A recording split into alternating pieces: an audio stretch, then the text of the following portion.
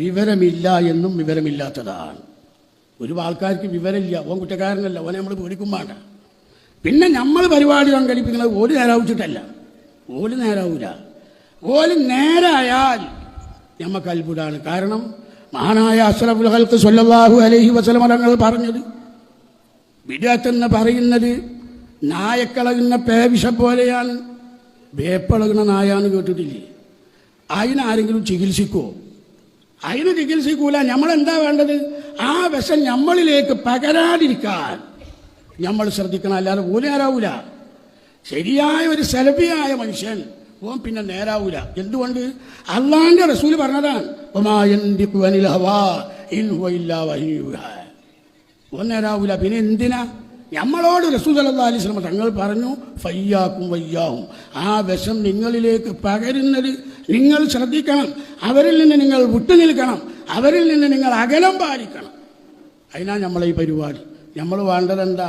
ഓൻ നമ്മുടെ സുഹൃത്തേക്കാരും അറിയാതെ നമ്മൾ വേപ്പ് പിടിച്ച നായണെന്ന് അറിയാതെ ചെന്ന് നിന്നു, ആ നായ ഒന്ന് തോണ്ടി അല്ലെങ്കിൽ ഒന്ന് മാന്തി നമ്മൾ കടളകും എന്നതുപോലെ നമ്മൾ അവരുമായി സൗഹൃദം പങ്കിട്ടാൽ അടുത്ത സമയത്ത് ആ വിഷം നമ്മളിലേക്ക് വരും. എന്തുകൊണ്ട്?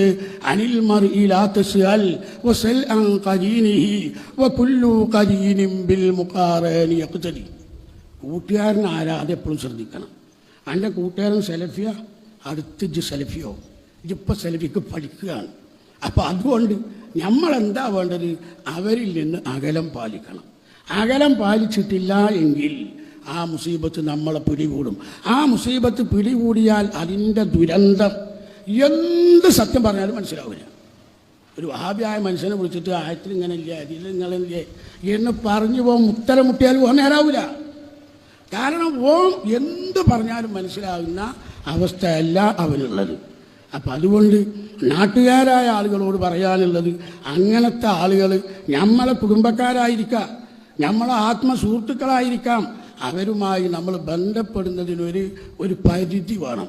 അല്ല എങ്കിൽ നമ്മൾ അറിയാതെ ആ വിഷം നമ്മളിലേക്ക് പകർന്നാൽ, സലഫീസ് എന്ന് പറഞ്ഞ ഒരു ബിദ്അത്ത് മാത്രമല്ല, ഒരു ഭീകര പ്രസ്ഥാനമാണ്. ഈ നാട്ടിൽ കുഴപ്പമുണ്ടാക്കുന്ന ഒരു ഭീകര പ്രസ്ഥാനമാണ്. പല കിതാബിലും എഴുതിച്ചിട്ടുണ്ടല്ലോ. തായിഫിൽ സലഫികൾ വന്ന കാലത്ത് സുന്നികളായ ഉസ്താദുമാർ ദർസ് നടത്തിയിരുന്നു. ആ പള്ളിയിൽ നൂറുകണക്കിന് ആളുകൾ ഓടിയിരുന്നു. ഇബ്നു അബ്ബാസ് റളിയല്ലാഹുവിന്റെ പള്ളിയിൽ, ആ പള്ളിയിൽ വെച്ച് പോലെ തല വെട്ടിക്കൊന്നിട്ടുണ്ട്. പെണ്ണിന്റെ ഒക്കത്തിരിക്കുന്ന കുട്ടികളെ തലവെട്ടി, നീ വളരാൻ പോകുന്ന മുശ്രിക്കാണെന്ന് പറഞ്ഞിട്ടുണ്ട്. അങ്ങനത്തെ ഭീകരവാദികളാണ് സലഫികൾ.